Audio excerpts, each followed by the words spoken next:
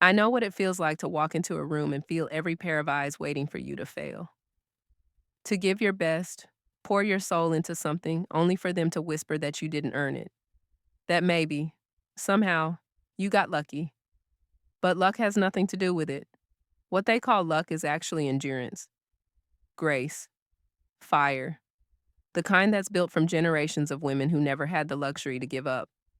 So if you've ever been told you don't belong where you're standing, I want you to breathe, because you do, and your story matters. I want you to stay with me, not just to hear what they tried to do to me, but to see how the same people who tried to bury me ended up planting the very seed of my victory. This story isn't about revenge, though there's plenty of that in its own poetic way. It's about rising, quietly, powerfully, until your presence alone becomes the answer to every doubt they ever threw your way. So lean in, listen close, because by the time I'm done, you'll know exactly why no one, and I mean no one, can bury a black woman's light.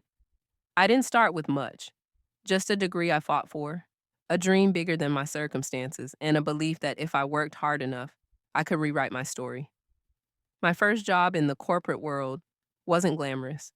I was the one people called when they needed a mess cleaned up, the one who stayed late after everyone else left. I didn't complain. I learned. Every spreadsheet, every meeting, every whispered comment that said, "She won't last." I absorbed it all and turned it into fuel. Soon, I began to rise. Not because anyone handed me anything, but because I refused to let failure stick to me. My ideas started getting noticed, even the ones they laughed at first. I learned how to walk into rooms where no one looked like me and speak with the kind of calm that shook people more than shouting ever could. I started closing deals that men twice my age couldn't. And that's when I met him, the billionaire everyone admired, the man who owned the company, whose decisions could make or break anyone's career. Our first meeting wasn't planned. A major client threatened to pull a deal that would have cost millions. Everyone panicked, but I stepped in, laid out a solution, and within an hour, the deal was saved. When it was over, he looked at me, really looked at me, like he was seeing something unexpected. "You just saved this company," he said. I smiled, thanked him, and went back to my desk. I didn't want to be the woman who impressed a powerful man. I wanted to be the woman who earned her power. But in that moment, something shifted. His eyes followed me a little too long in meetings. His questions became more personal, about where I came from, what drove me. I kept my answers brief, professional, but I could feel the air between us, thickening with something unspoken. And people noticed. That's when the whispers began. They said I was using my charm, that I must have done something to get his attention. Funny thing about success, when you're a black woman, they don't ask how you did it.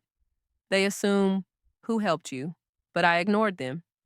I focused on my work, on building something no rumor could touch. Still, deep down, I could feel the shift in energy around me. Smiles grew tighter. Compliments turned sharp. I overheard laughter when I entered the break room, the kind that dies too fast to be innocent. But I told myself it didn't matter. I had fought harder battles than gossip. At least, that's what I thought. Because what I didn't know then was that my rise, the very thing I had worked years for, was being turned into ammunition. I was walking straight into a trap built by jealousy, pride, and fear. And soon I would learn how quickly admiration turns into sabotage when a black woman starts shining too bright. It started small, little things that didn't add up. Emails I never sent appearing in threads, meetings I wasn't invited to, colleagues who used to greet me now looking through me like I was invisible. I kept brushing it off, thinking maybe I was overreacting. But deep down, my spirit knew something was off. Then came the rumor, quiet at first, then roaring through the building. They said I'd slept my way into the boss's favor, that my success wasn't earned but gifted. I remember walking into the office one morning, feeling the shift. Conversations stopped when I passed by.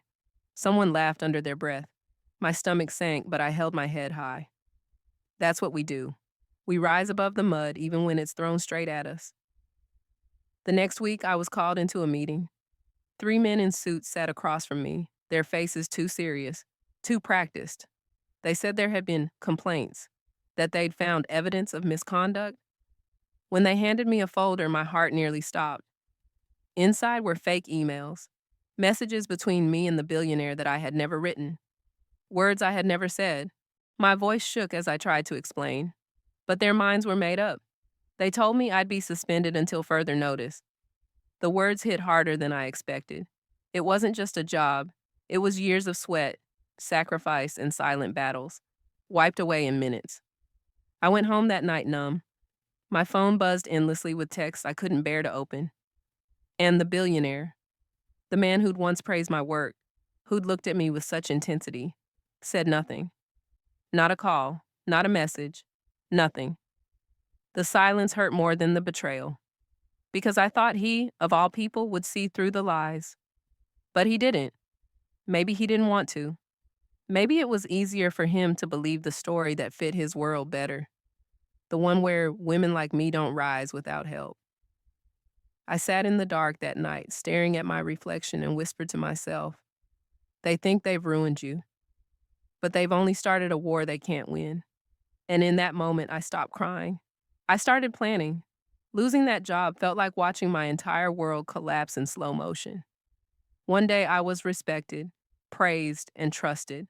The next, I was a scandal, a headline whispered behind closed doors. My name was on everyone's tongue, but never with kindness. I remember scrolling through my phone, reading messages from people I once called friends, their words filled with pity, not belief. Some didn't even bother to ask if it was true. They just disappeared. I tried to fight it at first. I sent emails, called lawyers, even reached out to him, the man who had once said my ideas inspired him. No answer, just silence. I felt erased, like I'd been replaced by a lie that grew bigger every time someone repeated it. Days turned into weeks, and I found myself sitting in my small apartment, blinds drawn, drowning in the noise of my own thoughts. I stopped wearing makeup, stopped eating right. My reflection felt like a stranger, a woman who'd lost not just her job, but her dignity. There's a pain that comes when you realize people would rather believe the worst about you than admit they were wrong about your worth. But even in my lowest moments, something inside me refused to break completely. Maybe it was pride. Maybe it was survival. Maybe it was that small, stubborn voice every Black woman carries, the one that says, "Get up. You've been through worse." So I started moving again. I read the company policy, every line of it. I replayed conversations, noted every face, every smirk that didn't sit right. The more I thought about it, the clearer it became. This wasn't an accident. Someone had set me up, carefully, deliberately. One evening, as I sat in the dark with my laptop open, I whispered to myself, if they built this lie, I'll find the truth. It wasn't about revenge. It was about reclaiming my name, my peace, my power. They had taken my job, my comfort, and almost my faith. But they hadn't taken my mind. And I was about to use it in a way they'd never see coming. Because if there's one thing I've learned, it's this. When you push a Black woman to the edge, she doesn't fall. She flies. The moment I decided to fight back, everything inside me shifted. Fear turned into focus. I started tracing every detail that hadn't made sense. Every deleted message, every accidental email. I contacted an old friend from IT, someone who still believed in me, and asked him to help me dig. What we found made my blood run cold. There were hidden chains of messages, threads between executives I once trusted. They'd exchanged files, forged signatures, and used my name like a pawn in their power games. It wasn't just gossip, it was a full setup. And at the center of it was a rival executive, a man who'd wanted my position for months. He'd used my connection with the billionaire as his weapon. I remember staring at the screen, the evidence glowing back at me, my hands trembling. It wasn't paranoia. It was proof. Every late-night whisper, every fake smile, every door that quietly closed on me, it all connected. They hadn't just wanted to ruin me. They wanted to erase everything I represented. I printed every file, every email, every timestamp. I built a folder so airtight that even their lawyers couldn't poke holes in it. Then, without signing my name, I sent it straight to the board, anonymously. I didn't want fame, I wanted justice. Days later, the storm hit. Executives were suddenly on leave. Meetings were canceled. Whispers filled the air, Tsereke. But this time, not about me. The truth had detonated, and the company was scrambling to contain it. That's when I got the call. His voice, the billionaire's, was quieter than I remembered, heavier. He said he knew now what had happened. He'd seen the evidence. He said he'd made a mistake. I wanted to scream, to ask why he didn't believe me when it mattered. But instead, I just listened. His voice cracked when he said, "You didn't deserve any of this." I told him softly, "No, I didn't. But I survived it." That night, for the first time in months, I slept peacefully. Not because I was vindicated, but because I had done what they never expected me to do. I'd fought their system with their own tools. And for once, the truth was louder than the lies. When the truth finally surfaced, it was like watching the world turn itself inside out. The same people who once avoided eye contact couldn't look me in the face for an entirely different reason now. The board fired those who plotted against me. Some escorted out in silence, others still trying to defend the indefensible. Every headline that once mocked my name now praised my strength, calling me the woman who exposed corporate corruption. I didn't care for the attention, I just wanted my peace back. Then, one afternoon, he came to see me, the billionaire. I hadn't seen him since everything fell apart. He didn't come in with his usual confidence. He came in quietly, almost uncertain. There was something in his eyes, guilt, maybe, or humility. For a long moment, neither of us spoke. Then he said, "I should have stood by you." I looked at him, searching for the man I once thought he was. "You believed them," I said. "You didn't even ask me." He nodded slowly. "You're right. I failed you, as a leader, as a man." His words hung heavy in the air. Part of me wanted to hate him. Another part of me saw sincerity in his face, the kind that can't be faked. He told me he'd resigned from his own position, saying the company needed a fresh start. I was shocked. Then he did something I didn't expect. He offered me something better. "Start your own firm," he said. "I'll back you. No strings attached. You deserve to lead something that's yours." For a moment, I just stared at him. Not because I needed his help, but because I realized he finally understood. I didn't want to be saved. I wanted to be seen. So I said yes. Not for him, but for me. Because sometimes redemption isn't about getting even, it's about getting free. The months that followed were quiet but powerful. I built a business grounded in integrity, one that thrived because it came from truth. And though he stayed in the background, true to his word, he supported me, not as a savior, but as someone who finally respected my power. And that was the beginning of my real rise. Success looks different when it's born from pain. Months after everything settled, I stood inside my own office, my name on the door, my vision shaping every corner. It wasn't just a company, it was a statement. Every contract signed, every employee I mentored, every decision made with intention. All of it reminded me that I had rebuilt myself from ashes they thought would bury me. My firm grew faster than anyone expected. Clients who once ignored my emails now lined up for meetings. The same industry that had shut its doors on me suddenly wanted to partner. But this time, I didn't chase validation.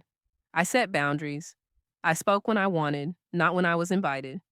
I learned that real power isn't loud. It's quiet confidence that doesn't ask for permission to exist. And then he reappeared. The billionaire, who had once let me fall. Not as a boss, not as a savior, but as a man who finally understood what respect really meant. He became a silent investor in my firm, keeping his distance but always showing up when it mattered. I saw a change in him, not the polished perfection the world adored, but a humility that only truth can teach. One evening, after a long day, he visited my office. We sat across from each other, the city lights reflecting between us. "You built something incredible," he said quietly. I smiled and replied, "No, I rebuilt what they tried to destroy." He nodded, eyes softening. "You didn't just survive, you turned the whole system on its head." That was the moment I realized the tables had truly turned. The woman they tried to ruin had become the one they now needed. Not out of guilt, but out of undeniable respect. As we talked, I felt something unspoken settle between us. Not the old tension, but something gentler. Maybe it was forgiveness, or maybe just understanding. Love, if it was there, didn't need to be declared. It existed quietly, like peace after a storm. And for the first time, I didn't feel like I was standing beneath anyone's shadow. I had built my own sun, and I was finally standing in its light. When I look back now, it's hard to believe how far I've come from that woman sitting alone in the dark, drowning in lies that weren't mine.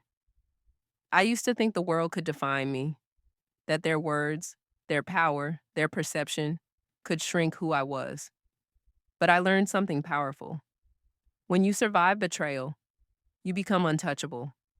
Not because you stop feeling, but because you finally understand your worth doesn't live in anyone's opinion. They wanted to ruin the black woman, to make me an example, a warning, a whispered story of what happens when you aim too high. But instead, I became the story of what happens when you refuse to stay down. Every rumor, every false accusation, every moment of silence only sharpened my strength. They didn't bury me, they planted me. And when I grew wild, untamed, unbent, unstoppable. I forgave, not because they deserved it, but because I did. Holding anger only keeps you tied to what broke you. I didn't want that anymore. I wanted freedom, the kind that lets you walk into every room without needing to prove anything to anyone. Sometimes I still see him, the billionaire who once doubted me. Our lives are different now, but our paths still cross. When he looks at me, there's no pity, no guilt, just respect, and maybe a quiet admiration for the woman who refused to disappear. I share this story not for sympathy, but for strength. For every black woman who's ever had to smile through humiliation, who's been underestimated, who's been told she's too much. I want you to know you are never too much. You are exactly enough. So when they come for your light, don't dim it. Make it blinding. When they question your worth, let your work answer. When they try to write your ending, pick up the pen. Because I am living proof. They can twist your truth, break your heart, and still, you'll rise. They wanted to ruin the black woman, but they forgot. The black woman doesn't break. She transforms. So here I stand, not as a victim, not as a survivor, but as a living reminder that truth always finds its way back to the light. They tried to silence me, to strip me of everything I built, but instead, they taught me how powerful I really am. If you've ever been doubted, dismissed, or dragged through the mud for daring to shine, this story is for you. Because no matter what they say, no matter what they try to take, your light is divine. It was never theirs to touch. I want you to remember this. When they throw stones, build something beautiful. When they close doors, create your own. When they whisper your name like it's a scandal, let your success make it sound like a legend. Share this story with someone who needs to remember their strength. Let it remind them that what was meant to break us will always build us stronger. Because at the end of it all, one truth remains. They wanted to ruin the black woman, but love, grace, and unshakable faith turned the tables. And now, we're writing our own endings, one powerful, shining victory at a time.